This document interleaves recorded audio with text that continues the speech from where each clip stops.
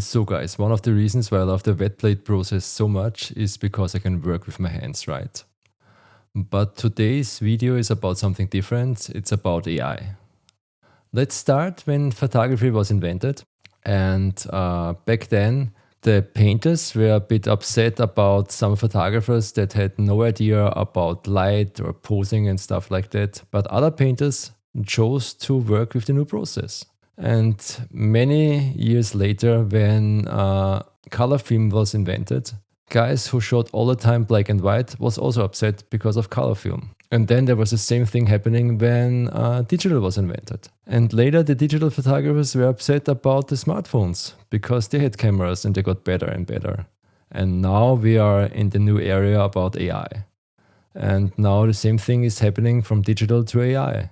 With AI, I have another question for you. When a photographer hires an assistant that sets up the lights and sets up maybe the scene in the background and sets up also the camera, and makeup artist is working on the model, and the photographer at the end of the day just presses the shutter button to expose the scene on the sensor, and the electric waves of the sensor are interpreted by the software to create an image, and maybe even afterwards the photographer pays something to do post-processing on these images. So what is really the difference to an AI where you just put in your prompt to generate an image and somebody else does your work? I know not every photographer is working like that, but I visited some workshops and I also saw some shows where some famous photographers were working, and a lot of these guys really work like that.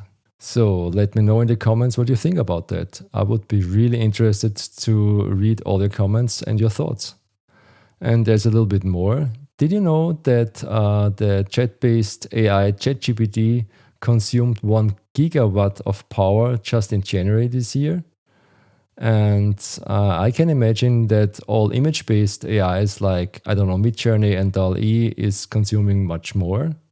I know, like, all the internet is consuming a lot of energy. Like, I don't know, I just wrote it down. It's like Meta consumed 9.42 terawatts in 2021. So I'm pretty sure YouTube and TikTok will also consume a lot. So if you know more about AI-based models and power consumption, please let me know in the comments. I'm really interested in that kind of stuff. And if you made it until here, be rewarded with some sneak previews of my upcoming videos. And as always, I'll be back, guys.